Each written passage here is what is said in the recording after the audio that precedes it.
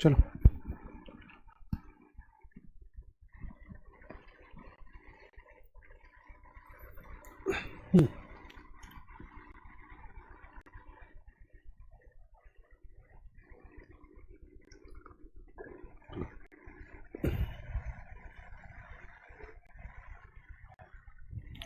जय हिंद दोस्तों, नमस्कार। कैसे हैं आप सब लोग? उम्मीद है एकदम शानदार, जबरदस्त, बेहतरीन, जिंदाबाद हैं। बहुत ही बेहद खूबसूरत अंदाज में आप सभी अपनी तैयारी को साथ में लेकर चल रहे होंगे और तैयारी के लिए जो भी जरूरी आवश्यक स्टेप्स हैं आप उन सबको बहुत दिल से, शिद्दत से फॉलो कर रहे होंगे। आप कॉन्सेप्ट क्लासेस अच्छे से ले रहे होंगे, उनको समझ रहे होंगे। रटने की आवश्यकता नहीं है, रटी हुई चीज़ें ना आप लंबे समय तक याद रख सकते हैं, ना साइंस जैसी चीज़ रटने का विषय है। आपको इसे समझना होगा और हमारी क्लास में कोशिश यही होती है कि चाहे हम प्रैक्टिकल एग्जाम्पल्स की मदद लें, चाहे हम वीडियोस की मदद लें, हम हर एक टॉपिक को समझने की कोशिश करते हैं। तो मैं आशा करूंगा कि आप सभी हर एक टॉपिक को बढ़िया तरह से समझने की कोशिश कर रहे होंगे। उसके साथ ही आप लोग प्रैक्टिस सेट वगैरह की तैयारी में भी लगे होंगे। मतलब प्रैक्टिस सेट तो हम ही आपको कराएंगे, उनको आपको बाद में फॉलो करना है। बाकी आपको जो अपनी तरफ से करना है वो है आपका रिवीजन। रात को सोने से पहले मैंने आपको बोला हुआ है कि भाई रिवीजन आप करिएगा। रिवीजन करने से सारी चीज़ें आपको लंबे समय तक याद रहेंगी।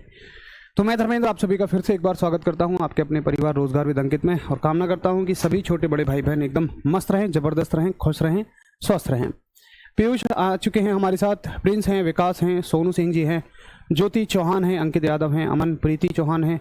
सभी दोस्तों को गुड मॉर्निंग, नमस्कार, आदाब, सत श्री अकाल, जय श्री राम, राधे राधे, जय माता दी। तो देखिए, जैसा कि मैं आपको पहले भी बता चुका हूँ कि हम इसमें असिस्टेंट और हेड ऑपरेटर और वर्कशॉप स्टाफ तीनों का सिलेबस लेकर चल रहे हैं। वर्कशॉप स्टाफ के जो टॉपिक्स हैं वो सारे के सारे कवर हो ही रहे हैं, कोई दिक्कत नहीं है। मेजर चीज़ है हेड ऑपरेटर और आपका असिस्टेंट ऑपरेटर का। तो ऊपर का जो सिलेबस है ये आपका हेड ऑपरेटर का है।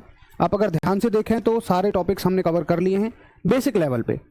इकाइयाँ हो गया, मापन आयाम हो गया, यानी कि यहाँ तक हमने कल ग्रहों और उपग्रहों की गति तक का हमने कल कवर कर लिया था एक बेसिक लेवल पे। लेकिन अगर देखा जाए तो हेड ऑपरेटर पॉलिटेक्निक से फॉर्म भरे गए हैं, ग्रेजुएशन से फॉर्म भरे गए हैं, तो उसमें उम्मीद है थोड़ा सा अपर लेवल आने की। तो मैंने कहा है कि हम इसका एडवांस पार्ट भी पढ़ेंगे, लेकिन एडवांस पार्ट पढ़ेंगे हम असिस्टेंट वालों से अलग, क्योंकि असिस्टेंट वालों का सिलेबस उतना नहीं है, लेवल उतना ज़्यादा नहीं है। और अगर इनको एडवांस पार्ट पढ़ाया जाएगा तो इनकी समझ से चीज़ें ऊपर की तरफ जानी शुरू हो जाती हैं। इसलिए जो हेड ऑपरेटर का एडवांस पार्ट हम पढ़ेंगे, हेड ऑपरेटर का एडवांस पार्ट हम लोग पढ़ा करेंगे हर दिन फ्राइडे और सैटरडे। आपका सिलेबस ऑलमोस्ट कंप्लीट है, बस हमें इसका एडवांस पार्ट पढ़ना है। मुश्किल से मुश्किल 15 क्लासेज में, 15 से 20 क्लासेज में आपका एडवांस पार्ट भी फिनिश हो जाएगा। बाकी अगर मैं असिस्टेंट ऑपरेटर की बात करूंगा तो हमने ग्रेविटेशन तक पढ़ लिया है, गुरुत्वाकर्षण तक पढ़ लिया है। अब अगर आप इसको एनसीईआरटी के 11th-12th के सिलेबस से मैच करके देखेंगे तो ये 11th की पहली बुक का सिलेबस यहाँ तक है, ग्रेविटेशन तक। सेकंड बुक इन्होंने उड़ा दी है, 11th की सेकंड बुक इसमें है ही नहीं। डायरेक्टली हम जंप कर चुके हैं 12th के पहले चैप्टर पे। तो आज जो हम बात करेंगे वो बात करेंगे 12th के पहले चैप्टर की, स्थिर विद्युत की इलेक्ट्रोस्टैटिक्स की। ठीक है, तो मंडे से लेके फ्राइडे तक, Monday Tuesday Wednesday Thursday, Monday से लेके थर्सडे तक हम असिस्टेंट ऑपरेटर का सिलेबस पढ़ेंगे, आगे की तरफ चलते चले जाएंगे। और फ्राइडे और सैटरडे की 2 दिन की क्लास हम हेड ऑपरेटर वालों के लिए लगाएंगे, जिसमें हम केवल एडवांस पार्ट पढ़ेंगे और 15 से 20 क्लासेस में आपका सिलेबस पूरी तरह से खत्म हो जाएगा। और इन बच्चों के लिए भी मुश्किल से मुश्किल 30 क्लासेस और मुझे चाहिएंगी पूरा सिलेबस फिनिश कराने के लिए। ठीक है जी। तो ये हो गई हमारे सिलेबस पे चर्चा। अब शुरू करते हैं आज का मुद्दा असिस्टेंट ऑपरेटर में, और असिस्टेंट ऑपरेटर में जो हमें पढ़ना है वो पढ़ना है इलेक्ट्रोस्टैटिक्स।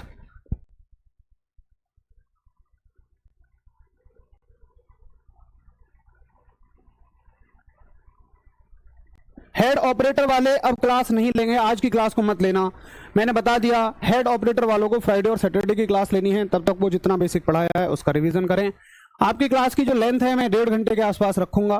फ्राइडे और सैटरडे में 1.5 घंटे पढ़ने का मतलब हम 3 दिन उसको पढ़ रहे होंगे, ठीक है। बिल्कुल ऐप पे आपको मिल जाएगा। अभी बताएं कि हम आज के चैप्टर को शुरू करें, और आज की कहानी जो हम स्टार्ट करेंगे वो करेंगे इलेक्ट्रोस्टैटिक्स से, यानी कि स्थिर वैद्युत से। देखिए स्थिर वैद्युत में हम क्या क्या पढ़ने वाले हैं, पहले एक फाउंडेशन मैं आपकी तैयार कर दूं ताकि चीजें आगे तक आपको क्लियर रहें। देखिए इलेक्ट्रोस्टैटिक्स में आपको पढ़ना है, सबसे पहले हम चार्ज के बारे में पढ़ेंगे, यानी कि आवेश के बारे में पढ़ेंगे। आवेश जो है ये सबसे बेसिक चीज है। आगे तक की चीजों को पढ़ने के लिए पूरे इस यूनिट में अगले 2-3 चैप्टर्स को समझने के लिए आवेश जो है सबसे ज्यादा बेसिक चीज है। तो आज हम आवेश पर ही डिस्कशन करेंगे। आपको इसे बहुत अच्छे से समझना है, ठीक जी, आपको इसे बहुत अच्छे से समझना है। उसके बाद जो हम बात करेंगे वो बात करेंगे इससे बनने वाली कुछ चीजें होंगी, जैसे कि विद्युत क्षेत्र हो जाएगा, जैसे कि विभव हो जाएगा, जैसे कि धारिता हो जाएगी, और जैसे कि विद्युत धारा हो जाएगी। तो ये चारों पैरामीटर्स की हम आगे बात करेंगे, और आपके इन्हीं पर 3 चैप्टर हैं। एक चैप्टर आपका इन पर हो जाएगा और एक चैप्टर आपका इन पर हो जाएगा, ठीक है। एक चैप्टर इन दोनों पर हो जाएगा। तो एक चैप्टर ये हो गया आपका, दूसरा चैप्टर ये हो गया, तीसरा चैप्टर ये हो गया। लेकिन मैं ये कहना आपसे चाहता हूं कि आपको इस चीज को बहुत अच्छे से समझना पड़ेगा, तब जाके आपको ये सारी चीजें समझ में आएंगी। यानी कि आपका ये कैसे कह रहे हैं, साउंड ब्रेक हो रही है। साउंड तो ठीक है, साउंड तो प्रॉपर है मेरे हिसाब से। एक बार साउंड बताएंगे सभी लोग, क्या साउंड क्लियर है? इसी में चला के देख लो एक बार, साउंड क्या सभी को प्रॉपर है? मेरे हिसाब से तो प्रॉपर है। असिस्टेंट वालों को भैया क्लास लेनी है, हेड वालों को क्लास नहीं लेनी है, ठीक है। हाँ नॉलेज के लिए बिल्कुल पढ़ सकते हैं अमित, लेकिन सिलेबस का पार्ट नहीं है आपका। इलेक्ट्रोस्टैटिक्स इलेक्ट्रिसिटी आपके सिलेबस का पार्ट अब नहीं है, ठीक जी। चलिए आगे चलते हैं। तो हम बात करेंगे आज पहले इलेक्ट्रोस्टैटिक्स पे, यानी कि स्थिर वैद्युत पे। तो देखिए स्थिर वैद्युत में एक चीज सभी ने की होगी। स्थिर वैद्युत में बचपन में, तुम लोग बचपन से ही साइंटिस्ट रहे, कैसे? स्थिर वैद्युत में एक चीज तुम सब लोगों ने जरूर की होगी कि पेन को लिया होगा या कंघी को लिया होगा, बालों में रगड़ा होगा और धूल के पास ले गए होगे या कागज के पास लेकर गए होगे। बताइए किस किस ने ये कारनामा किया था, मुझे बताइए, तब तक मैं भी आपको करके दिखाई देता हूं। हरीश के बालों में घिसने के बाद, आओ भाई हरीश तैयार हो जाओ प्रैक्टिकल के लिए। तो मैं ये हरीश के बालों में अभी पेन घिस रहा हूं। ये मेरे पास जो पेन है बोर्ड पे यूज करने वाला। अरे हरीश तेल वेल नहीं लगाया दिखा है? चलो खूब सारा मैंने इसको घिस लिया। अब देखिए मेरे हाथ पे हैं छोटे छोटे कागज, और आप ये देखिए कि क्या आपको ये कागज इसकी तरफ उठते हुए दिखाई देंगे? क्या आपको इसकी तरफ कागज खूब भयंकर रूप से उठते हुए दिखाई दे रहे हैं? ये सारे के सारे कागज ऐसे चिपक चुके हैं, ठीक है। तो जरा एक बार मुझे बता दीजिए किस किस बच्चे ने इसको देख लिया है, और तुम सभी लोगों ने किया भी होगा। अब बात ये आती है, मुद्दा ये आता है कि आखिर ऐसा हुआ क्यों, आखिर ऐसा क्यों होता है। तो देखिए ऐसा क्यों होता है भाई, ये रहा आपका पेन, ये है आपका पेन, मान लीजिए ये आपका पेन था। अब आपने घिसा उसको अपने बालों में, अपने हेयर्स में घिस दिया। अब घिसने से क्या होता है कि आपके बालों में से इलेक्ट्रॉन निकल के आ गए। कौन निकल के आ गए? इलेक्ट्रॉन निकल के आ गए, ठीक जी। अब एक बच्चा कहेगा कि सर इलेक्ट्रॉन ही क्यों आए भाई, प्रोटॉन और न्यूट्रॉन क्यों नहीं आ गए? क्योंकि बालों में तो सब कुछ है ना, इलेक्ट्रॉन भी है, प्रोटॉन भी है, न्यूट्रॉन भी है। तो मैं ये कहूंगा कि इलेक्ट्रॉन जो है ना वो थोड़ा सा बाहर रहता है। नाभिक जब हम चैप्टर पढ़ेंगे तो आपको समझ में आएगा कि जो नाभिक होता है ना, एक नाभिक, ध्यान से समझे मेरी हर एक बात को, बहुत इंपॉर्टेंट बातें हैं। ये है आपका नाभिक, न्यूक्लियस, सॉरी ये परमाणु है, परमाणु के अंदर होता है नाभिक। तो ऐसे मान लेना, ऐसा मानो आप कि जो इलेक्ट्रॉन होते हैं वो तो घूमते रहते हैं बाहर, ठीक है, जबकि प्रोटॉन और न्यूट्रॉन होते हैं अंदर, इतना मान लो। तो इलेक्ट्रॉन घूम रहा है बाहर। अब इलेक्ट्रॉन घर के बाहर बैठा है, बिल्कुल वैसे ही जैसे पड़ोसी के यहाँ कोई फंक्शन होने पर, दावत होने पर आप लोग अपने घर से बाहर निकल के बैठ जाते हैं। कैसे कि यार वैसे ही बुला ले हैं, एक बार कह ही दे, अरे तू कैसे बैठा, चल ले चल, वहां क्यों काम ना करवा रहा, कुछ खा पी ले। तो तुम घर से बाहर निकल के बैठ जाते हो। अब पड़ोसी जैसे जाएगा उसके यहाँ तो तुम ऐसे देखोगे, यहां से देखना शुरू करोगे, लास्ट तक उसके साथ देखते रहोगे। तो बिल्कुल इलेक्ट्रॉन इसी तरह का है, ये हमेशा अपने घर से बाहर बैठा हुआ होता है, यानी कि एक कमजोर बल से बंधा हुआ होता है, वीक फोर्स से बंधा हुआ होता है। इस वजह से तुरंत बालों में पेन घिसोगे तो निकल के बालों से किस पे आ गया जी, पेन पे आ गया, ठीक है। बालों में इलेक्ट्रॉन थे और इलेक्ट्रॉन कहां आ चुके हैं आपके, अब बालों से कहां आ गए, पेन पे आ गए। बहुत सारे लाखों करोड़ों इलेक्ट्रॉन एक बार में आपके पेन पर आ जाते हैं। ठीक है, लाखों करोड़ों इलेक्ट्रॉन आपके पेन पर आ जाते हैं। अब देखिए हुआ क्या, हुआ ये कि जो नीचे की वस्तुएं पड़ी थी, चाहे आप धूल कह लीजिए, चाहे आप कागज कह लीजिए, ये सब थी पॉजिटिवली चार्ज्ड। कैसी थी ये? पॉजिटिवली चार्ज थी। कैसी थी भैया? पॉजिटिवली चार्ज थी।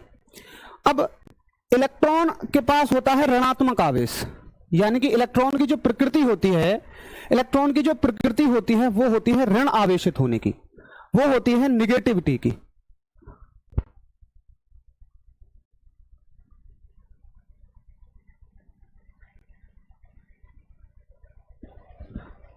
ठीक है जी। तो इलेक्ट्रॉन के पास कैसा आवेश होता है? ऋण आवेश होता है, यानी कि नेगेटिव चार्ज होता है। मैंने यहां पे लिख भी दिया। और ये जो पड़े हुए कागज थे, ये जो पड़े हुए कागज थे या धूल थी, इसके पास कैसा चार्ज होता है? पॉजिटिव चार्ज होता है। अब ये तो प्रकृति का शुरू से ही नियम रहा है, ये तो प्रकृति का एक शुरू से ही नियम रहा है कि भाई साहब हमेशा ऋणात्मक और धनात्मक आवेश के बीच में, हमेशा ऋणात्मक और धनात्मक आवेश के बीच में आकर्षण रहेगा। जैसे तुम बस में सीट किसको देते हो? बस में अगर आप साउंड चैप्टर आपके सिलेबस में होता तो मैं आपको बहुत अच्छे से समझाता। सिलेबस में जैसे मान लीजिए बस में आप बैठे हुए हैं, सीट आपके बराबर में खाली भी है, कोई लड़का आ जाएगा, उससे कहोगे ए यहाँ सीट दिख रही, चल भाग। और कोई लड़की आ जाए, जैसे बहुत मीठी सी आवाज में बोलेगी भैया हमको सीट देना, ओह तुम उठ के खड़े हो जाओ, आओ बैठो बैठो बैठो। तो हमेशा से ये नियम रहा है कि पॉजिटिव और नेगेटिव चार्ज के बीच में हमेशा से अट्रैक्शन होना है, आकर्षण होना है। तो ये नेगेटिव चार्ज इस पॉजिटिव चार्ज को अपनी ओर खींच लेगा, है ना जी। ये नेगेटिव चार्ज इस पॉजिटिव चार्ज को अपनी ओर खींच लेगा, और इसी की वजह से सारे के सारे जितने भी आपके कागज हैं, ये जितने भी सारे के सारे आपके कागज हैं, ये कहां पहुंच जाएंगे? पेन पर पहुंच जाएंगे। जरा बताइए, यहां तक की कहानी बिल्कुल क्रिस्टल क्लियर। किस किस को क्लियर है कि हमने क्या किया था? हमने पेन को बालों में घिसा, उस पर आ गए इलेक्ट्रॉन, इलेक्ट्रॉन के पास ऋणावेश होता है, नीचे कागज धनावेश पर था, पॉजिटिव पर था। पॉजिटिव और नेगेटिव में हमेशा की तरह क्या हो गया? आकर्षण हो चुका है। ठीक जी, तो ये हो गया आपका पॉजिटिव और नेगेटिव के बीच में आकर्षण। अच्छा, यही एक चीज और क्लियर कर लेते हैं कि क्या हो अगर दोनों सेम नेचर के हो, मतलब पॉजिटिव पॉजिटिव हो या नेगेटिव नेगेटिव हो। तो आप कहोगे सर ये तो एक दूसरे को दूर भगा देंगे। जैसे तुमने लड़का हो और लड़के को देखकर क्या भगा दिया था? सीट उसे नहीं दी थी। तो इनके बीच में हमेशा क्या होगा? प्रतिकर्षण होगा, रिपल्शन होगा। तो पॉजिटिव और नेगेटिव के बीच में, यानी कि अगर सेम चार्ज होंगे तो उनके बीच में अट्रैक्शन होगा। पॉजिटिव और नेगेटिव के बीच में क्या होगा? अट्रैक्शन होगा, और इनके बीच में रिपल्शन होगा। तो लड़कियां लड़कों को सीट क्यों नहीं देती हैं? संदीप तुम नहा के नहीं गए होगे उस दिन बस में भाई। चलिए भाई, तो ये चीज उम्मीद है आपको क्लियर हो गई होगी। तो थोड़ा सा इसकी कहानी को रिवाइंड कर लेते हैं और इससे कैसे कैसे सवाल बनते हैं एक बार वो देख लेंगे। विद्युत आवेश, इलेक्ट्रिक चार्ज। हाँ अच्छा जी, एक बात और समझ लो कि यहां पे हम क्या कह रहे हैं। यहां पे हम ये कहेंगे, ध्यान से सुनना मेरी हर एक बात को, आपको रटना नहीं है, चीजों को थोड़ा सा समझना है। अगर हम कहते हैं कि किसी बॉडी पर इलेक्ट्रॉन आए हैं, किसी वस्तु पर इलेक्ट्रॉन आए हैं, या किसी वस्तु से इलेक्ट्रॉन निकल के गए हैं, जैसे बालों से निकल के गए हैं, तो दोनों की दोनों बॉडी आवेशित हुई हैं, दोनों की दोनों बॉडी चार्ज हुई हैं। एक ये अलग बात है कि जिस पर इलेक्ट्रॉन आए हैं, इलेक्ट्रॉन खुद एक ऋण आवेशित चार्ज है, तो ये निगेटिवली चार्ज होगी। कैसी होगी? ये होगा आपका निगेटिवली चार्ज, यानी कि पेन आपका कैसा हुआ है?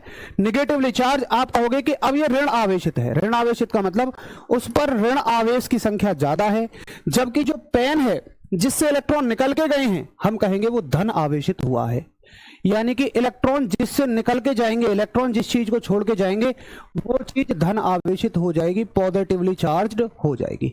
धन आवेशित हो जाएगी, पॉजिटिवली चार्ज्ड हो जाएगी। तो दो तरह का सिस्टम बन सकता है, या तो पॉजिटिवली चार्ज का या नेगेटिवली चार्ज का। ठीक है, प्लस माइनस कैसे पहचानेंगे मेरे दोस्त शिवम भाई? प्लस माइनस का मतलब क्या हो जाएगा कि जिस बॉडी पर इलेक्ट्रॉन की अधिकता है, जिस वस्तु पर इलेक्ट्रॉन आ रहे हैं, हम कहेंगे कि वो ऋण आवेशित हो चुकी है, और जिस वस्तु पर इलेक्ट्रॉन निकल के गए हैं वो आपकी धन आवेशित है। ठीक है, तो ये हो गई थोड़ी सी कहानी। अब एक बार देख लेते हैं क्वेश्चन कैसे कैसे बनता है। तो क्वेश्चन आएगा कि सबसे पहले जो विद्युत आवेश है, इसको हम क्यू से दिखाते हैं। विद्युत आवेश की परिकल्पना किसने प्रस्तुत की थी? सबसे पहले विद्युत आवेश के बारे में किसने बताया था? तो विद्युत आवेश के बारे में सबसे पहले सर थेल्स ने बताया था। और सर थेल्स कोई साइंटिस्ट नहीं थे, ये तो एक फिलोसोफर थे, ये तो एक दार्शनिक थे। और ये पता है किस समय के थे? ये सन 1700, 1800, 1900 के नहीं थे, ये थे 600 BC, 600 बिफोर ईसा के जन्म से भी 600 वर्ष पहले। ये एक दार्शनिक थे, और इन्होंने क्या देखा? इन्होंने ये देखा, इन्होंने एम्बर लिया। एम्बर क्या होता है, जैसे आपके यहाँ पेड़ों से निकलने वाली गोंद होती है वैसे ही होता है एम्बर। इन्होंने एम्बर के टुकड़े को जब बिल्ली की खाल पे रगड़ा, इनके यहाँ बिल्ली थी, बिल्ली की खाल पे वो रगड़ गया मान लो अपने आप, और वहीं पे पड़े थे ऊन वगैरह थोड़ी बहुत, तो वो इससे चिपकने लगी। तो इन्होंने तभी ये बताया कि एम्बर जो है ना भैया आवेशित हो गया है। हालांकि लोगों को कुछ समझ नहीं आया कि क्या आवेश क्या, क्योंकि तब तक इलेक्ट्रॉन की खोज नहीं हुई थी, तब तक लोग इलेक्ट्रॉन के बारे में ही नहीं जानते थे। भाई इलेक्ट्रॉन की खोज किसने की थी? ईंट पर नाच के हिसाब से थॉमसन साहब ने की थी। तो इलेक्ट्रॉन की खोज तो बहुत बाद में आके हुई थी 1600-1700 में, लेकिन सर थेल्स ने इस बात को पहले ही बता दिया था, लोगों को समझ नहीं आया था, वो एक अलग बात है। बट क्वेश्चन आएगा, सबसे पहले विद्युत आवेश की परिकल्पना किसने दी थी? सर थेल्स ने दी थी, और उन्होंने कहा था कि भैया एम्बर आपका आवेशित हो गया है, एम्बर आपका चार्ज हो गया है।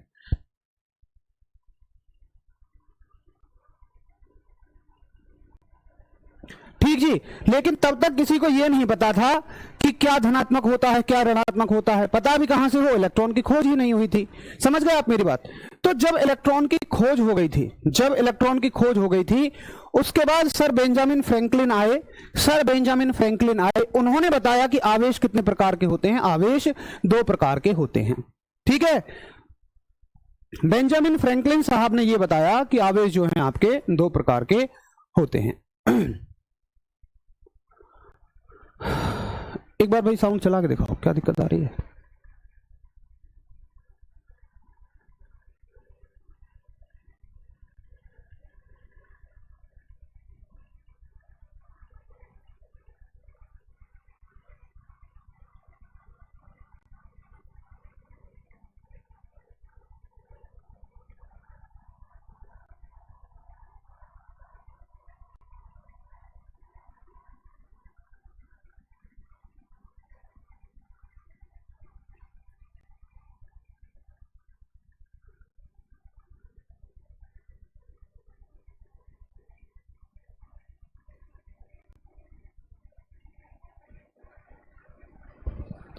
भाई आज अब थोड़ा सा मैनेज कर लीजिए, मेरे हिसाब से आपको समझ तो आ ही रहा होगा, है ना? हालांकि आवाज़ थोड़ी सी क्लियर नहीं है, मुझे लग रहा है ऐसा, हाँ भर भर आ रही है, बट थोड़ा सा आज मैनेज कर लीजिए, थोड़ा सा मैनेज कर लीजिए, ठीक है?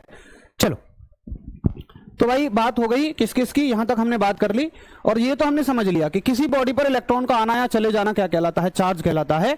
और ध्यान देना, देखिए ध्यान देना कि अगर किसी वस्तु पर इलेक्ट्रॉन आ रहे हैं तो वो निगेटिवली चार्ज हो रही है, और किसी बॉडी से इलेक्ट्रॉन जा रहे हैं तो वो पॉजिटिवली चार्ज हो रही है।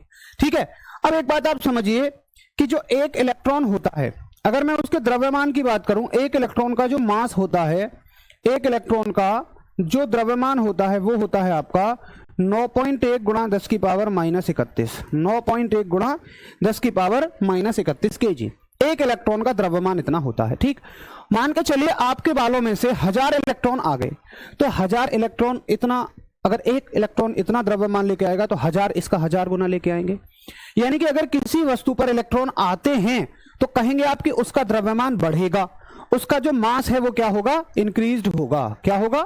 उस बॉडी का मास क्या हो जाएगा? इंक्रीज्ड हो जाएगा। ठीक है, और अगर इलेक्ट्रॉन उससे चले जाएंगे तो भाई इलेक्ट्रॉन, एक इलेक्ट्रॉन कुछ ना कुछ मास लेके आया है, वो कैसी है? पॉजिटिवली चार्ज है, तो पॉजिटिवली चार्ज बॉडी का द्रव्यमान घटेगा, यानी कि उसका मास क्या हो जाएगा? डिक्रीज्ड हो जाएगा। मास क्या हो जाएगा? डिक्रीज हो जाएगा। तो देखो आपको सुनने में उल्टा लगेगा कि बच्चा कहां कंफ्यूज होगा? बच्चा कंफ्यूज होगा कि सर नेगेटिव में तो मास बढ़ रहा है और पॉजिटिव में मास घट रहा है ना? जबकि ये बिल्कुल सही है। तो आप सुनने में थोड़ा सा यहां से कंफ्यूज हो सकते हैं कि पॉजिटिव में मास घट रहा है, अगर कोई बॉडी पॉजिटिवली चार्ज हो रही है, धन आवेशित हो रही है, तो उसका मास घटता है, और अगर कोई बॉडी निगेटिवली चार्ज हो रही है तो उसका मास बढ़ता है। थोड़ा सा उल्टा आपको सिस्टम याद रखना पड़ेगा। क्या बताइए, ये कहानी सभी को क्लियर है? एक बार बच्चे लोग थम्स अप करेंगे। उसके बाद हमने बात कर ली कि अगर सेम होंगे तो क्या लगेगा? प्रतिकर्षण, और विपरीत होंगे तो आकर्षण लगेगा। यहां तक की सारी बातें क्लियर है।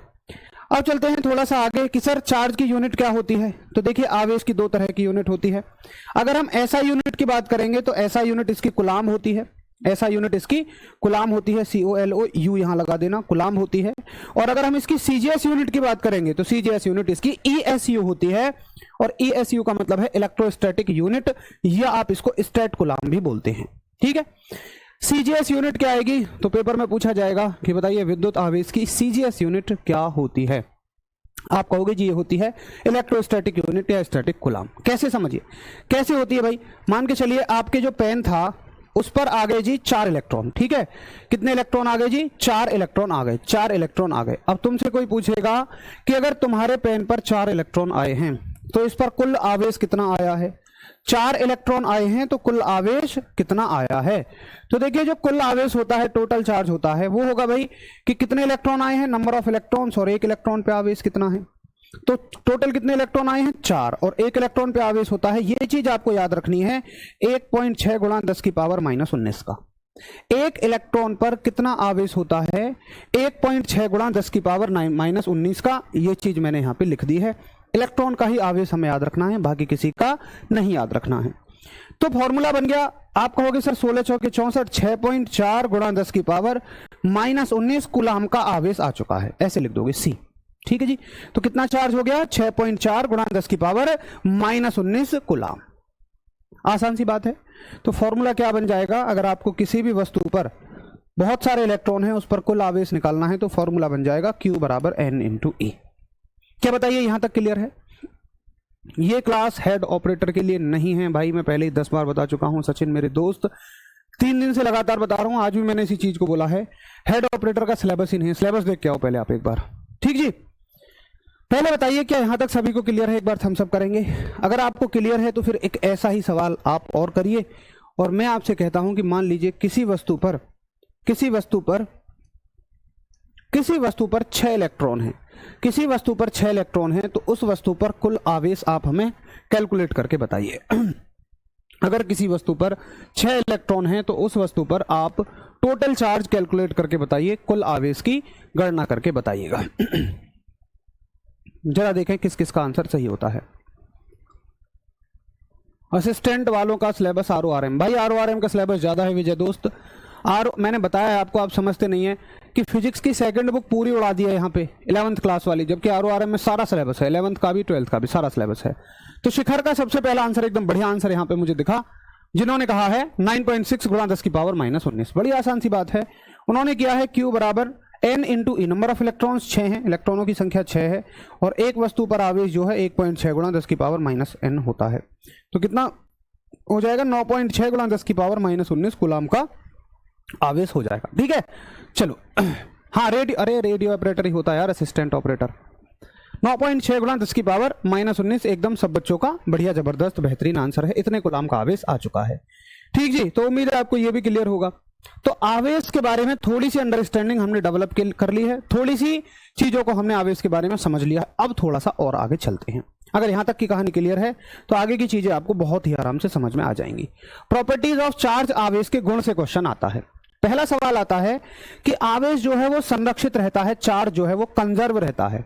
देखिए, संरक्षित होने का क्या मतलब है? संरक्षित होने का ये मतलब है कि जैसे तुम अपने किसी रिश्तेदार के यहां गए, बुआ के यहां गए, तुम 30 रुपए के केले ले गए और उन्होंने तुम्हें 30 रुपए विदा में दे दिए, तो ना किसी को घाटा हुआ ना किसी को फायदा हुआ। ये चीज होती है कंजर्व होना। अब देखिए कंजर्व कैसे रहेगा। जैसे कि मैंने आपसे कहा था कि मान लीजिए आपका पेन है और बालों से इलेक्ट्रॉन आपके पेन पे आ रहे थे, ठीक है, तो भाई मान के चलो कि यहां से 4 इलेक्ट्रॉन आ गए, तो यहां पे माइनस में कितना आवेश हो जाएगा? 4 इलेक्ट्रॉन के बराबर हो जाएगा, है ना। जो भी 1 इलेक्ट्रॉन पे आवेश होता होगा वो टोटल हम निकाल लेंगे, यानी कि कुल आवेश कितना हो जाएगा? माइनस के 4 इलेक्ट्रॉन के बराबर। तो ये बालों पे छोड़ के कितना आ रहा होगा? प्लस के 4 इलेक्ट्रॉन के बराबर, है कि नहीं है। अगर तुम कुल परिवर्तन को देखोगे तो -4 +4 नेट चेंज कुछ भी नहीं है। नेट चेंज क्या है? 0। कुछ भी फर्क पूरी दुनिया पर नहीं पड़ा ऐसा होने से। तो हम कहते हैं कि चार्ज जो है, आवेश जो है वो कैसा रहता है? संरक्षित रहता है, कंजर्व रहता है। पहला मुद्दा हो गया, जिसको समझ में आ गया हो थम्स अप करेंगे। तो चार्ज कैसा रहता है? कंजर्व। दूसरा एडिटिविटी। एडिटिविटी आपसे क्या कहती है? एडिटिविटी ये कहती है कि मान लीजिए ये वही पेन था, ठीक जी, ये वही पेन है और इस पेन पर मान के चलिए पहले से 4 इलेक्ट्रॉन थे, बहुत बढ़िया है। अब हमने इस पर मान लो ऐसे कहो, अब चार्ज बोल देते हैं, ठीक है। मान लो +4 कूलाम का चार्ज पहले से था, हमने इसको -2 कूलाम का चार्ज दिया, फिर किसी और ने इसको +6 कूलाम का चार्ज और दे दिया। अब टोटल चार्ज कितना बना? अब कुल आवेश कितना बनेगा? तो आप कहोगे कुछ भी नहीं, दिमाग लगाना है। जैसे रुपयों को जोड़ते हैं, मान लो 4 रुपए आपके पास थे, 2 किसी ने ले लिए, 6 किसी ने दे दिए, तो कितना आंसर हो जाएगा? 6 में से 4 गए, 6 और 4 10, 10 में से 2 गए तो 8। तो भाई साहब टोटल चार्ज जो है इस पे 8 कूलाम रह जाएगा। एडिटिविटी का मतलब होता है योज्यता। योज्यता का मतलब आप सीधे सीधे इनको जोड़ सकते हो। तो सर ऐसे तो सबको जोड़ सकते हैं, ये कौन सी नई बात है? जी नहीं, जी नहीं, सबके साथ ऐसा नहीं होता है। अगर आप बल को देखोगे तो बल सदिश के नियम से जुड़ता है, सदिश राशियां सदिश के नियम से जुड़ती हैं, जबकि ये डायरेक्ट जुड़ जाते हैं। जिसने वेक्टर वाली क्लास ली होगी उसको बहुत अच्छे से चीजें समझ आ रही होंगी। ठीक है, तो ये हो गया योज्यता। योज्यता का मतलब आप आवेश को सीधा सीधा जोड़ सकते हैं, क्योंकि आवेश एक अदिश राशि है। याद रखना, कहीं लिखा हुआ था आवेश एक कैसी राशि है, याद रखना आवेश एक अदिश राशि है। ठीक है, इसको नोट कर लीजिए, कैसी राशि है? ये एक अदिश राशि है, और जितनी भी अदिश राशियां होंगी उनको हम डायरेक्टली ऐड कर सकते हैं, जबकि सदिश राशियों को वेक्टरों के नियम से जोड़ा जाता है, सदिशों के नियम से जोड़ा जाता है। ठीक है, प्लस माइनस एक बार और बताइए जी, एक बार और बता देते हैं। देखिए प्लस माइनस क्या है, सिंपल कि आपका अगर किसी वस्तु पर इलेक्ट्रॉन आ गए, इलेक्ट्रॉन की प्रवृत्ति है माइनस में रहना, तो हम कहेंगे कि वो पूरी बॉडी ऋणावेशित हो चुकी है। और अगर किसी वस्तु से इलेक्ट्रॉन निकल के आए हैं तो वो प्लस चार्ज छोड़ के आए होंगे। बस इतनी सी बात इसमें है, और इसमें और बताने लायक कुछ भी नहीं है। ठीक है ऋषु भाई, ये हो गया जी। तो हमने कहां तक की बात कर ली? योज्यता तक की बात कर ली। अब तीसरी प्रॉपर्टी आप देखिए, क्वांटमीकरण यानी कि क्वांटाइजेशन। देखिए क्या होता है जी क्वांटाइजेशन, इसको बहुत अच्छे से समझना, ये ध्यान देने वाली प्रॉपर्टी है। मान के चलिए मैं आपसे ये कहता हूं कि फिर से वही पेन है और इस पर आए 2 इलेक्ट्रॉन, तो फटाफट से मुझे चार्ज बताइए, आवेश बताइए। फिर मुझे 3 इलेक्ट्रॉन के लिए आवेश बताना। ठीक है, कि 3 इलेक्ट्रॉन के लिए कितना आवेश होगा। फिर मुझे तुम 3.5 इलेक्ट्रॉन के लिए आवेश बताना कि कितना आवेश होगा। चलो तुम कहोगे सर 2 इलेक्ट्रॉन के लिए तो हम क्या करेंगे कि 2 गुणा 1.6 गुणा 10 की पावर -19 कर देंगे, है ना भाई। 1 इलेक्ट्रॉन पे इतना होता है तो 2 पे कितना हो जाएगा? 3.2 गुणा 10 की पावर -19। अच्छा जी, ये भी आसान है। 3 के लिए क्या कर दोगे? 3 से गुणा कर दोगे। 3 1.6 गुणा 10 की पावर -19 कितना हो जाएगा? 4.8 into 10 to the power -19 coulomb, इतना आवेश हो जाएगा। लेकिन तुम यहां गणितज्ञ मत बनने लग जाना, यहां गणितज्ञ मत बनने लग जाना, क्योंकि 3.5 इलेक्ट्रॉन संभव ही नहीं है। अरे ऐसे थोड़ी है कि तुम्हारे घर किसी दिन 2.5 रिश्तेदार आ गया, भाई या तो रिश्तेदार 2 होंगे या तो 3 होंगे।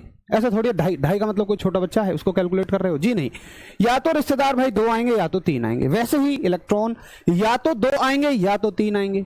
इलेक्ट्रॉन कभी भी फ्रैक्शन में नहीं आते, दशमलव में नहीं आते हैं। ठीक है जी, इलेक्ट्रॉन कभी भी दशमलव में नहीं आते हैं, यानी कि वो किसके गुणज होंगे? वो होंगे 1.6 के गुणज। या तो वो 16 एकम 16 आएंगे, या 16 गुनी 32 आएंगे, या 16 तिया 48 आएंगे, या 16 चौके 64 आएंगे, या 16 पंजे 16 चौका 64, 16 पंजे 80, इस पेयर में आते चले जाएंगे। वो कभी भी 3.5, 4.5, 5.5 करके नहीं आएंगे। इसको हम बोलते हैं क्वांटाइजेशन, क्वांटमीकरण। ठीक है, इसको हम क्या बोलते हैं? क्वांटाइजेशन यानी कि क्वांटमीकरण। और यही इसीलिए फॉर्मूला बनता है Q बराबर N इंटू E। N क्या है? एक पूर्ण नंबर है। N क्या है? यहाँ पे इलेक्ट्रॉनों की संख्या है, और E क्या है? एक इलेक्ट्रॉन पर आवेश है। इस फॉर्मूले के बारे में हम अच्छे से पढ़ चुके हैं। एक बार यहां तक की चीजें जिसको क्लियर हो थम्स अप करें, फिर हम थोड़ा सा आगे बढ़ें। हाँ, ऐसा नहीं होता यार कि 2 रिश्तेदार 2.5 रिश्तेदार आएंगे, वो एक कंप्लीट नंबर रहेगा हमेशा।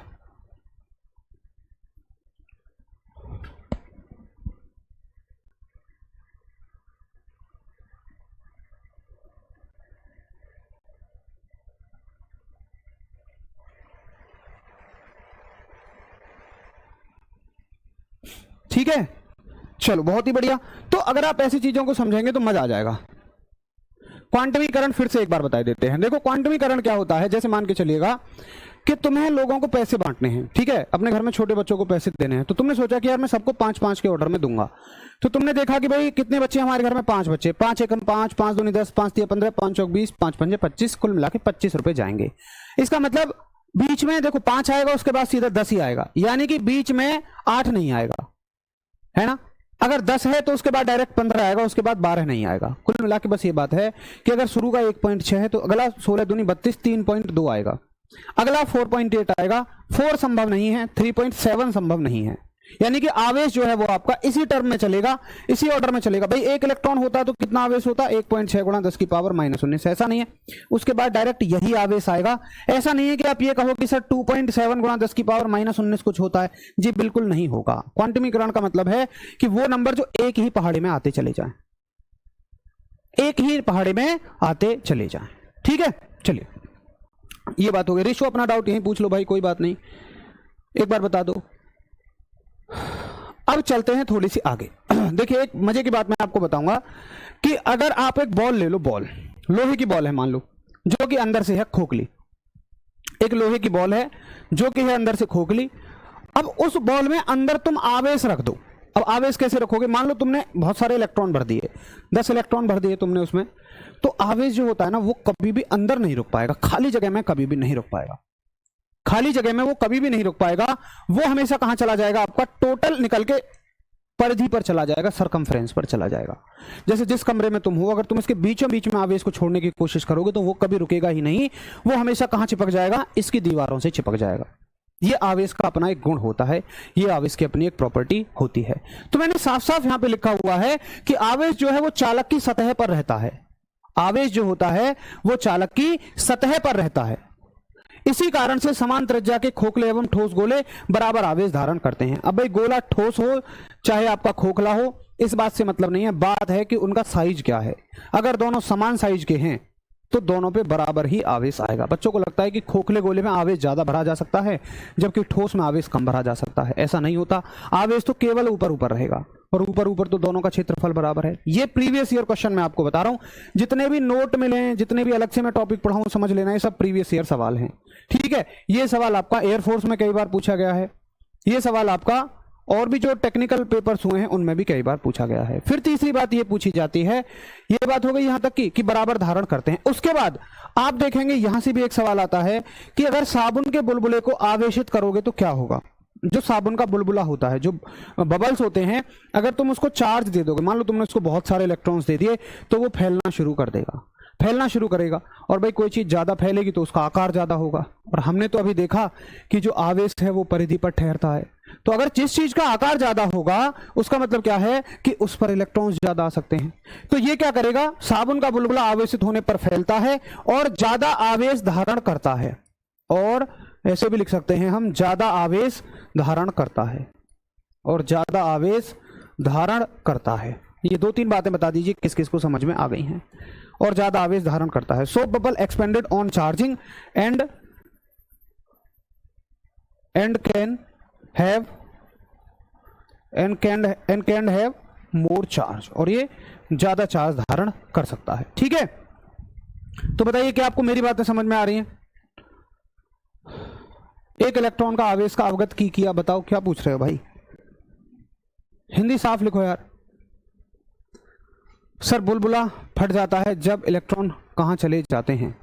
यार अगर बुलबुला फट जाता है तो इलेक्ट्रॉन कहाँ जाएंगे भाई? हवा में चले जाएंगे, और कहाँ जाएंगे? ठोस में भी ऊपर आवेश, सब में ऊपर ही आवेश रहेगा, सब में ऊपर आवेश रहेगा, ठीक है। P/Q की तरह नहीं लिख सकते, साक्षी ने बहुत बढ़िया बात कही है। संवेग और आवेग पूछा था, ऋषि भैया, ऋषु भैया, तुम जो भी हो, संवेग और आवेग। अब तुम अगर पुरानी चीजों के टॉपिक्स को ले लेके यहाँ आते रहोगे तो फिर तो हम सिलेबस को कभी आगे ही नहीं बढ़ा पाएंगे। तुम्हारे लिए भाई क्वेश्चंस भी करवाने पड़ रहे हैं। संवेग और आवेग मैंने इतना बेहतर तरह से समझाया, और संवेग और आवेग 40 मिनट का टॉपिक है। बताइए इस क्लास में 40 मिनट का टॉपिक समझाना कैसे संभव है? ठीक है भाई, थोड़ा सा आप उस क्लास को देखना। मैं आपको यहाँ 1 मिनट बता सकता हूँ, 2 मिनट, लेकिन उससे आप और कंफ्यूज होंगे। क्लास जाके देखो, बेहतर समझ में आ जाएगा, ठीक है। एक बार आप मेरे कहने से आज क्लास जाके देखना। नहीं समझ में आता है तो फिर मुझसे तुम पर्सनली पूछ लेना, मैं पर्सनली आपको बताऊंगा। क्लास में तो सबका 40 मिनट तो वेस्ट नहीं कर सकता, सभी में आवेश ऊपर रहेगा, ठीक है। तो आशा करूंगा कि ये चीज आपको समझ में आ गई होगी। यहां से 3 सवाल बनेंगे कि बताइए एक समान त्रिज्या का एक ठोस गोला है और एक खोखला गोला है, मतलब एक सॉलिड स्फीयर है और एक आपके पास होलो स्फीयर है। तो बताइए दोनों में से कौन इलेक्ट्रॉन ज्यादा ऑक्यूपाई करेगा? तो दोनों के दोनों सेम ऑक्यूपाई करेंगे, ठीक है। उसके बाद आप अगर देखेंगे तो जो बुलबुला होता है, साबुन का बुलबुला, वो आवेश होने पर फैलता है और ज्यादा आवेश धारण कर लेता है, ठीक है। चलिए, तो ये बात हो गई किसकी? चार्ज की। अब थोड़ा सा आगे चलते हैं कूलाम के नियम पर। अच्छा, मुझे बताइए कि जो आपका ग्रेविटेशनल वाला नियम है, जो गुरुत्वाकर्षण का न्यूटन साहब का नियम है, वो किस किस को आता है? कौन कह रहा है कि सर मुझसे तुम उसमें से कुछ भी पूछ लो, मैं आपको हर चीज बता दूंगा।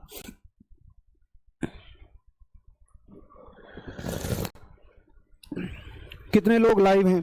आप ऐसे क्वेश्चन पूछते हो फिर बोलते हो हमारे क्वेश्चंस के जवाब नहीं दिए जाते हैं। कितने लोग लाइव हैं? उस चीज से तुम कंपटीशन चेक करना चाहते हो। कंपटीशन कभी भी ऐसे चेक नहीं होगा। जो पढ़ने वाला बच्चा है, जो मेहनत करने वाला बच्चा है, हो सकता है उसके पास बैच के लिए भी पैसे ना हो, वो अपना घर बैठ के पढ़ रहा होगा, मेहनत कर रहा होगा, वो सिलेक्शन ले जाएगा। तो भाई साहब, आपको ऐसे चेक ही नहीं करना है कि कितने बच्चे हैं कितने बच्चे नहीं हैं। जो बच्चे सिंसियर हैं वो कहीं भी बैठ के तैयारी कर रहे होंगे, कहीं भी बैठ के तैयारी कर रहे होंगे, तो आप अपनी तैयारी पे फोकस करो, अपने पूरी ताकत लगा दो। चलो बहुत बढ़िया। अब देखिए जैसे हमने पढ़ा था, हमने क्या पढ़ा था वहां पे, अगर ग्रेविटेशन की बात करेंगे, हम गुरुत्वाकर्षण की बात करेंगे कि दो द्रव्यमान है, ठीक है, और दोनों अगर r दूरी से सेपरेट हैं तो इन दोनों के बीच में एक आकर्षण का बल लगता है, ठीक है, यही बात कही थी हमने कि उन दोनों के बीच में आकर्षण का बल लगता है, यानी कि ये दोनों एक दूसरे को अपनी तरफ खींचते हैं। बड़ी आसान सी बात थी। अब यहां पे भी सर कुलाम ने क्या बोला, कुलाम साहब ने ये कहा कि अगर तुम दो बिंदु आवेश लेते हो, बिंदु आवेश का मतलब छोटे छोटे आवेश लोगे, बहुत पॉइंट चार्ज ले लेते हो, छोटे छोटे आवेश ले लेते हो, और इन दोनों को एक दूसरे से r दूरी पर सेपरेट कर देते हो, इन दोनों को एक दूसरे से r दूरी पर सेपरेट कर देते हो। मान लो ये भी पॉजिटिव है और ये भी पॉजिटिव है, आप चाहे जैसा ले लें, कोई दिक्कत नहीं है। तो उन्होंने कहा इनके बीच में एक बल लगेगा। भाई ये तो हमने भी देखा था, बिल्कुल बल लगेगा। अगर तुम दो आवेश लेते हो, अगर तुम दो आवेश लेते हो तो भाई साहब दोनों के बीच में बल लगता है। अब देखिए जैसे तुमने पॉजिटिव पॉजिटिव लिया तो किसका लगेगा, प्रतिकर्षण का लगेगा। तुमने पॉजिटिव और नेगेटिव ले दिया तो आकर्षण का लगेगा। तो पहली बात तो ये है कि यहां पर आप ये देखें कि दोनों बलों की संभावनाएं हैं, लेकिन यहां पर केवल एक बल की संभावना थी, और वो कौन सा बल था, आपका आकर्षण का। यानी कि ग्रेविटेशन वाले में केवल एक बल का, एक तरह का बल था, वो क्या था, आकर्षण। प्रतिकर्षण जैसी कोई भी चीज नहीं थी, लेकिन यहां पे दोनों तरह के बल हैं, ठीक है। अच्छा जी, अब उन्होंने कहा कि जो इनके बीच लगने वाला बल है वो इनके आवेशों के गुणनफल के सीधा अनुक्रमानुपाती। भैया ये अल्फा जैसा, कल एक पूछ रहा था आदमी, अल्फा जैसा ये अनुक्रमानुपाती होता है। अनुक्रमानुपाती का मतलब इन दोनों में से किसी को भी बढ़ाओगे तो बल बढ़ जाएगा, ठीक है। फिर उन्होंने कहा कि जो बल होता है इनके बीच की दूरी के वर्ग के व्युत्क्रमानुपाती होता है, इनवर्सली प्रोपोर्शनल होता है। एक बटे में चीजें इनवर्सली प्रोपोर्शनल कही जाती हैं, इसको बढ़ाओगे तो ये घटेगा, इनवर्सली प्रोपोर्शनल का ये मतलब होता है, ठीक। अच्छा जी, अगर तुम इन दोनों को कंबाइन कर दोगे, इन दोनों को इकट्ठा करके जोड़ोगे तो क्या बन जाएगा, फॉर्मूला बन जाएगा कि एफ Q1 Q2 बटे आर का स्क्वायर, ठीक जी। और हमेशा याद रखना कि जब जब तुम डायरेक्टली प्रोपोर्शनल टू को हटाओगे, जब जब तुम इस निशान को हटाओगे तो तुम्हें एक बराबर का निशान लगाना पड़ेगा और एक नियतांक लाना पड़ेगा। क्या लाना पड़ेगा, नियतांक लाना पड़ेगा। ये के क्या है जी, यहां पे नियतांक है, के क्या है आपका, नियतांक है, यानी कि कांस्टेंट है। जब जब आपको ये निशान हटाना पड़ेगा तब तक आपको बराबर का निशान में बदलने के लिए एक नियतांक लाना पड़ेगा। क्या यहां तक की कहानी क्लियर है? डायरेक्टली उसको याद रखना है कि आपको एक नियतांक लाना पड़ेगा। अच्छा जी, ये नियतांक सूत्र के हिसाब से अलग होते हैं, हर सूत्र में अलग अलग पाए जाते हैं। यहां पर जो नियतांक है उसका नाम है 1/4 पाई एप्सिलॉन नॉट, उसकी वैल्यू है 1/4 पाई एप्सिलॉन नॉट। व्युत्क्रमानुपाती का मतलब भाई साहब शशांक ये होता है दोस्त, मैंने वही बताया कि अगर देखिए ये है इसके व्युत्क्रमानुपाती, एक बटे में जो चीजें हैं वो इनवर्सली प्रोपोर्शनल यानी व्युत्क्रमानुपाती होती हैं। इसका अर्थ सिर्फ ये है कि अगर तुम दूरी को बढ़ाओगे तो बल घट जाएगा। अरे भाई साहब, जब दूरी बढ़ेगी, मान लो तुम अपनी बीवी से बहुत बहुत बहुत ज्यादा दूर हो, तो क्या होता है, दूरियां बढ़ने से प्यार घट जाता है, तो वैसे ही बल क्या हो जाएगा, इनके बीच में घटना शुरू हो जाएगा। क्लियर है आपको? तो इस पैरामीटर का मतलब क्या है, जो नीचे चीज लिखी है इसके बढ़ने से ये चीज क्या होगी, घट जाएगी, ठीक है। पहले यहां तक बताइए, क्या सभी को समझ में आया है?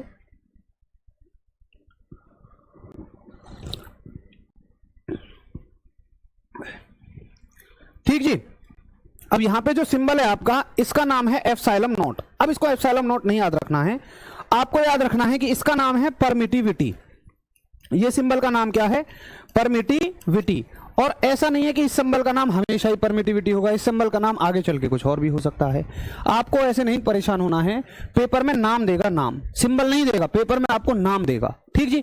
परमिटिविटी, परमिटिविटी का मतलब होता है वैद्युतशीलता। परमिटिविटी का मतलब क्या होता है, वैद्युतशीलता। अब जी ये वैद्युतशीलता क्या नया बवाल आ गया, यानी कि अगर हम इस फॉर्मूले को प्रॉपर लिखेंगे तो ऐसे बन जाएगा, के की वैल्यू पूरी पुट करोगे तो तुम 1/4 पाई एप्सिलॉन नॉट, और ये हो जाएगा आपका Q1 Q2 बटे आर का स्क्वायर, ठीक है, Q1 Q2 बटे आर का स्क्वायर। अब बात करेंगे हम इस पे, इसको होल्ड कर दीजिए एक सेकंड, परमिटिविटी को, वैद्युतशीलता को। पहले मुझे बस ये बता दीजिए कि क्या आप सभी को फॉर्मूला बढ़िया समझ में आ गया? फॉर्मूला कुछ नहीं है, बिल्कुल ग्रेविटेशन जैसा ही है। वहां पे जी नियतांक हुआ करता था, अगर आपको याद हो, बड़ा जी, और यहाँ पे क्या नियतांक है, के, और के का मान कितना है, 1/4 पाई एप्सिलॉन नॉट, ठीक है। चलिए जी, तो थोड़ी सी बात कर, पहले बताइए कि यहां तक समझ में आया या नहीं। अगर यहां तक कोई डाउट है तो पूछिए, फिर मैं आगे बढ़ूं।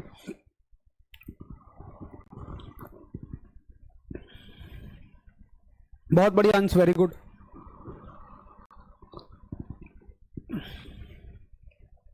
वेरी गुड वेरी गुड, बहुत सारे बच्चे वैल्यू लिख रहे हैं, डायमेंशन लिख रहे हैं, बहुत ही बढ़िया।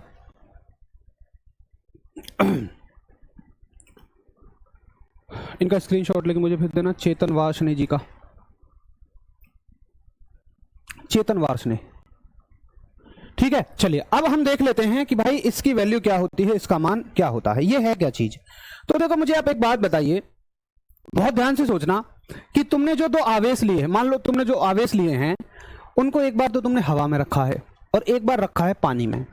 समान परिमाण है, समान परिमाण है, समान उनके बीच की दूरी है, यानी कि ना तो तुमने इसको बदला है, ना तुमने इसको बदला है, ना उसको बदला है ना, यानी कि जो उन पे चार्ज है उतना ही रखा है, उनके बीच की दूरी को भी उतना रखा है। तो मुझे ये बताइए, मान लो दोनों आवेश, एक पॉजिटिव है एक नेगेटिव है, तो दोनों आकर्षण का बल लगाएंगे, तो मुझे बताइए कि वो दोनों कहां पर कम ज्यादा आकर्षण का बल लगाएंगे, या दोनों समान आकर्षण का बल लगाएंगे, पानी में भी और हवा में भी। अगर आपको ये समझना है तो ऐसे समझिए,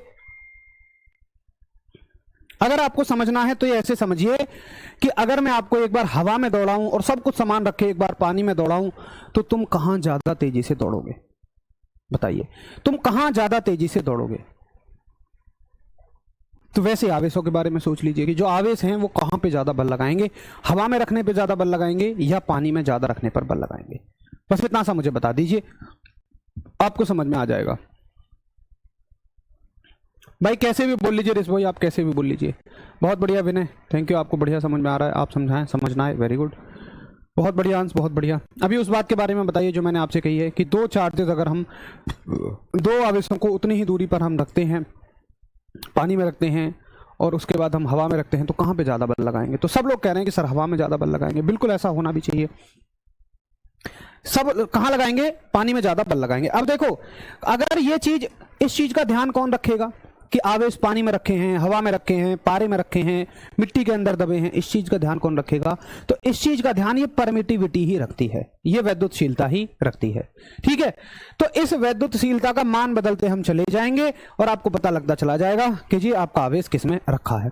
अगर ये किसी हल्के माध्यम में रखा है, जैसे मान लो हवा में रखा है, ठीक है, किस में रखा है भाई दोस्त, हवा में रखा है, तो हवा के लिए अगर हम देखेंगे, देखिए मैंने सब कुछ लिखा हुआ है, अगर हम हवा के लिए देखेंगे, हवा कह दीजिए, निर्वात कह दीजिए, वैसे तो निर्वात और हवा में ये फर्क होता है कि जहां हवा भी ना हो उसको हम निर्वात बोलते हैं।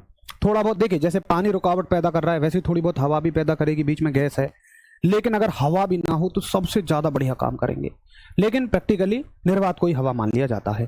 तो इसकी वैल्यू जो होती है, आप हवा के लिए देखें कितनी होती है, 8.85 गुणा 10 की पावर -12 है। और अगर पानी के लिए देखेंगे तो देखिए कितनी ज्यादा वैल्यू है। अगर इसकी वैल्यू वाटर के लिए देखेंगे तो कितनी ज्यादा है, वाटर के लिए 708.32 है, जबकि इसके लिए कुल 8.85 है।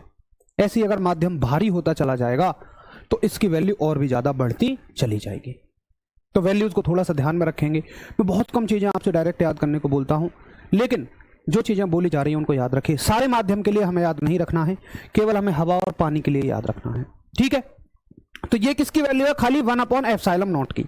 और अगर पूरे 1/4πε0 की तुम वैल्यू देखोगे हवा के लिए, कैसे निकलेगी भाई, ये वैल्यू ऐसे निकलेगी। देखिए हमारे पास जो नियतांक है वो है 1/4πε0, है ना, और इसकी वैल्यू देखो, नोट कहने का मतलब क्या है, समझो इस बात को थोड़ा सा, कि यहां पे अगर तुमने 0 लगाई हुई है तो इसका मतलब तुम निर्वात या हवा के लिए बात कर रहे हो, निर्वात या हवा के लिए बात कर रहे हो। अगर तुमने यहाँ W लगाया हुआ है तो वाटर के लिए बात कर रहे हो। ठीक है, तो भाई साहब अगर यहाँ नोट लगा दिया तो समझ लेना हवा के लिए बात कर रहे हैं हम।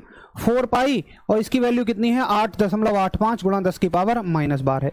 तो इसको तुम जब पूरा सॉल्व करोगे, सॉल्व करने की जरूरत नहीं है, डायरेक्ट याद रखना 9 गुणा 10 की पावर 9 आंसर आ जाएगा। कितना आ जाएगा, 9 गुणा 10 की पावर 9 आंसर आ जाएगा। बाकी इसके लिए तो हमें पूरा भी सॉल्व नहीं करना है।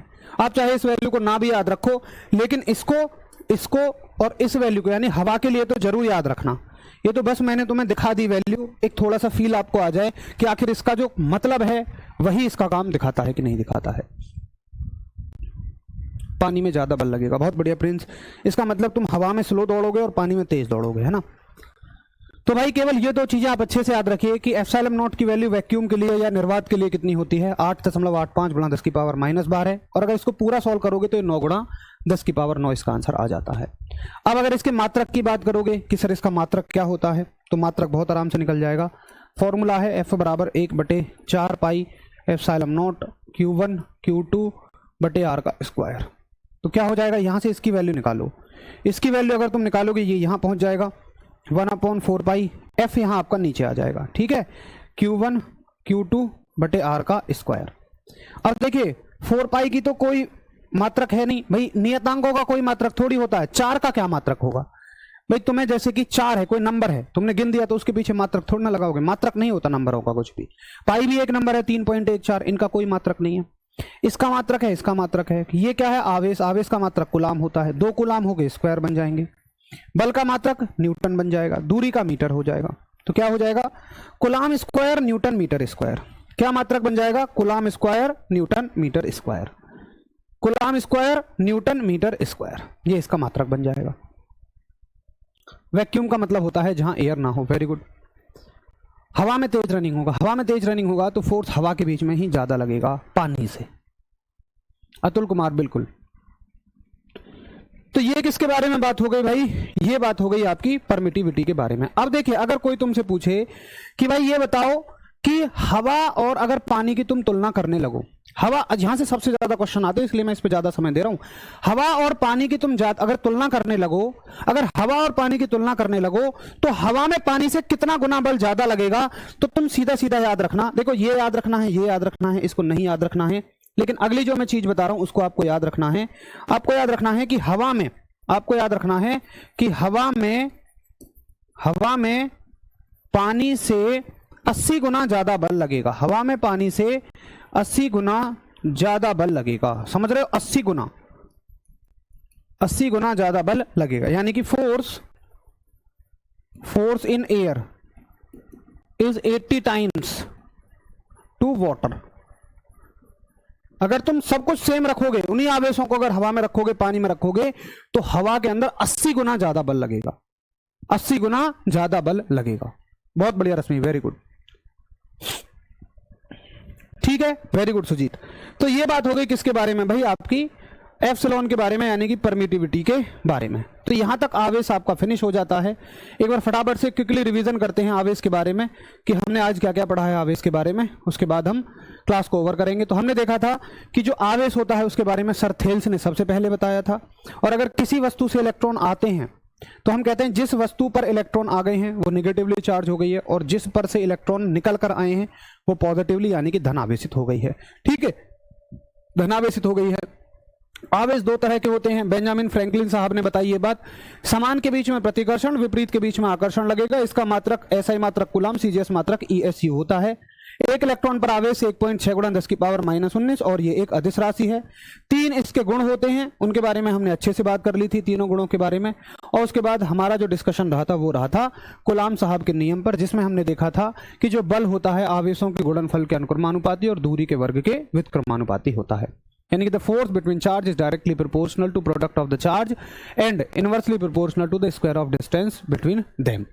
उसके बाद जो हमने कहानी लेके आए थे वो सारी की सारी नियतांक पे चली गई थी, और सारी की सारी कहानी आपकी परमिटिविटी यानी कि वैद्युतशीलता पे चली गई थी। यहां जो मैं लिखा करूं उसके बारे में मत सोचा करिए, वो तो बस समझाने के लिए है, सारी चीजें मैंने आपको बढ़िया तरीके से यहां पे भी लिख दी होती हैं। इसको हम बोलते हैं वैद्युतशीलता यानी कि परमिटिविटी, ठीक है, परमिटिविटी। इसका सिंबल ये होता है, अगर एयर के लिए होगी तो ये हो जाएगा, वाटर के लिए होगी तो ये हो जाएगा। मान लो आप पारे के लिए देखोगे तो यहाँ Hg लिख दोगे, मरकरी लिख दोगे, केवल इसका सिंबल इतना सा होता है, ठीक है, ये हम इसका सिंबल बनाएंगे। अगर हवा के लिए हम इसकी वैल्यू देखेंगे तो ये है, पूरा सॉल्व करोगे तो ये है। उसके बाद पानी के लिए भी मैंने आपको थोड़ी सी बता दी थी, ठीक है। आवेश आपका खत्म हो चुका है, इलेक्ट्रोस्टैटिक्स खत्म नहीं हुआ है। इलेक्ट्रोस्टैटिक्स में 2 चीजें हैं, आवेश है और वैद्युत क्षेत्र है। तो कल हम पढ़ेंगे वैद्युत क्षेत्र के बारे में, ठीक है। ये बात हो गई। अब कुछ बच्चे कह रहे हैं कि सर मात्रक तो बता दिया, विमा भी बता दीजिए। बिल्कुल, बाकी तो आप इतना खुद भी कर सकते हैं। अगर इसकी विमा की मैं बात करूंगा, डायमेंशन की मैं बात करूंगा, अगर इसकी डायमेंशन यानी कि विमा की मैं बात करूंगा, तो देखिए कूलम जो होती है ना, हमें विमा किस में लिखनी होती है, उन 7 मूल विमाओं में लिखनी होती है, मूल राशियों की विमाओं में हमें लिखनी होती है, ठीक है। तो याद रखना कि जब भी कूलम आ जाए ना, कूलम आ जाए, वो आप आगे समझोगे क्यों। जब भी कूलम आ जाए तो उसके लिए जो तुम्हें विमा लिखनी है वो लिखनी है AT। ए क्या है आपका, एम्पियर। क्यों लिखते हैं वो आपको आगे समझ में आ जाएगा। अभी के लिए डायरेक्ट इतना याद रखेंगे कि कूलम के लिए आप कितना लिखोगे, डायरेक्टली AT लिखोगे। ए टी का मतलब कितना हो जाएगा, स्क्वायर है तो ए स्क्वायर टी स्क्वायर हो जाएगा। न्यूटन की विमा क्या होती है, एम एल टी माइनस 2 होती है। अब आपको पुरानी विमा याद होनी चाहिए। एम के लिए तुम एल की पावर 2 लिखते हो, ठीक है। ऊपर लेके जाओगे तो एम की पावर -1 बनेगी।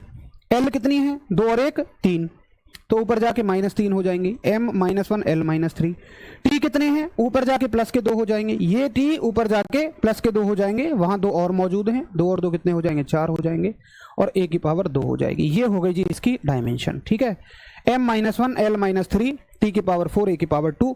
ये मैं सारी चीजें यहां लिख देता हूं, ठीक जी, या यहीं से कर लेना, कोई दिक्कत नहीं है। ये हो गई इसकी डायमेंशन। Q बराबर IT से, बहुत ही बढ़िया, वेरी गुड। नीचे वाले में मीटर स्क्वायर होगा, हाँ मीटर स्क्वायर होगा। कहीं लगाया है कि नहीं, मैंने तो सब जगह मीटर स्क्वायर लगाया है। न्यूटन मीटर स्क्वायर लगाया तो है, और मीटर स्क्वायर के लिए मैंने एल की पावर 2 लगा दिया है, ठीक है। बताइए कोई दिक्कत तो नहीं है, क्या यहां तक सब कुछ क्लियर है? एक बार बताइए, यहां तक सब कुछ क्लियर है? तो ये बात हो गई भाई चार्ज के बारे में, लेकिन इतना याद रखना कि जैसे मैंने आपको शुरू में बताया था, पाई की वैल्यू क्या होगी। अरे तुम्हें यार मोनू पाई की वैल्यू नहीं पता, क्या फायदा पढ़ने का। पाई की वैल्यू नहीं पता, ये भी फिजिक्स का टॉपिक है। पाई की वैल्यू यार 3.14 लोगे और 22/7 लोगे। देखिए अब मैंने आपको बताया था कि चार्ज हमने पढ़ लिया। अब आपके यहाँ 3 चैप्टर दिए हुए हैं, ध्यान से देखो। अगर आप सिलेबस को नजर मारोगे तो 3 चैप्टर बना दिए हैं इसके। कौन कौन सा चैप्टर बना दिया है? एक तो आपका ये है स्थिर वैद्युत की। स्थिर वैद्युत की, अब स्थिर वैद्युत की में क्या क्या पढ़ना है? स्थिर वैद्युत की में देखिए हमने पढ़ लिया विद्युत आवेश पढ़ लिया, उसके बाद हमें कल पढ़ना है विद्युत क्षेत्र पढ़ना है। लेकिन ये सारे के सारे ना इन सब से ही समझ में आएंगे, आपको आवेश से समझ में आएंगे। विद्युत विभव में हमें क्या पढ़ना है? वी पढ़ना है और धारिता पढ़नी है। उसके बाद धारा में क्या पढ़ना है? धारा ही पढ़नी है। तो 1 2 3 4 चार चीजें आपको आवेश से ही समझ में आएंगी। इसलिए भाई साहब कल जब क्लास में आओ तो आवेश की क्लास को अच्छे से रिवाइज करके आना। आवेश की क्लास को अच्छे से रिवाइज करके आना। कल हम वैद्युत क्षेत्र पढ़ेंगे, उसके आगे जितनी भी चीजें होंगी 4-5 दिन अभी सब वैद्युत आवेश से ही बनने वाली हैं। तो हर चीज को अच्छे से रिवाइज करके पढ़ के आइएगा, ठीक है। उम्मीद करूंगा सारी चीजें एकदम बढ़िया होंगी, किसी को कोई भी डाउट नहीं है। तो बच्चों मेहनत करो जबरदस्त वाली। देखिए आप समझो कि ये थोड़ा सा 12th की फिजिक्स, आप उन दिनों को याद करो जब आप 11th और 12th में फिजिक्स पढ़ा करते थे। तो आधे बच्चों ने तो 11th में पढ़ी नहीं होगी, ये सच्चाई है कि नहीं? आधे बच्चों ने तो 11th में फिजिक्स को छुआ ही नहीं होगा, वो तुम्हारी एक गलती थी। 12th क्लास में भी तुमने अंत के दर्जा आके नवंबर दिसंबर में अगर यूपी बोर्ड से हो तो मॉडल पेपर उठाए होंगे, वहां से तुमने रटना शुरू कर दिया होगा। लेकिन अब उन बच्चों को थोड़ी सी समस्या आएगी अगर वो शिद्दत से नहीं पढ़ते हैं, मेहनत से नहीं पढ़ते हैं, रिवीजन नहीं करते हैं। मैं बिल्कुल बेसिक लेके चल रहा हूं, जितना बेसिक हो सकता है, इससे ज्यादा बेसिक कुछ नहीं होगा। तो अगर आप बस ये सोच के पढ़ते हैं कि हमें चीजें समझ आएंगी तो पक्का समझ आएंगी। बाकी जिन बच्चों की बेसिक्स 12th के थोड़े क्लियर होंगे उनको चीजें बढ़िया तरीके से समझ में भी आ रही होंगी, है ना बच्चों। बाकी मेहनत करो भाई, थोड़ी सी मेहनत की जरूरत पड़ेगी। जिनको कम समझ में आ रहा है थोड़ी ज्यादा मेहनत करेंगे, और जिनको समझ में आ रहा है उनकी तो कोई बात ही नहीं, बढ़िया तरीके से आप मेहनत कर ही रहे।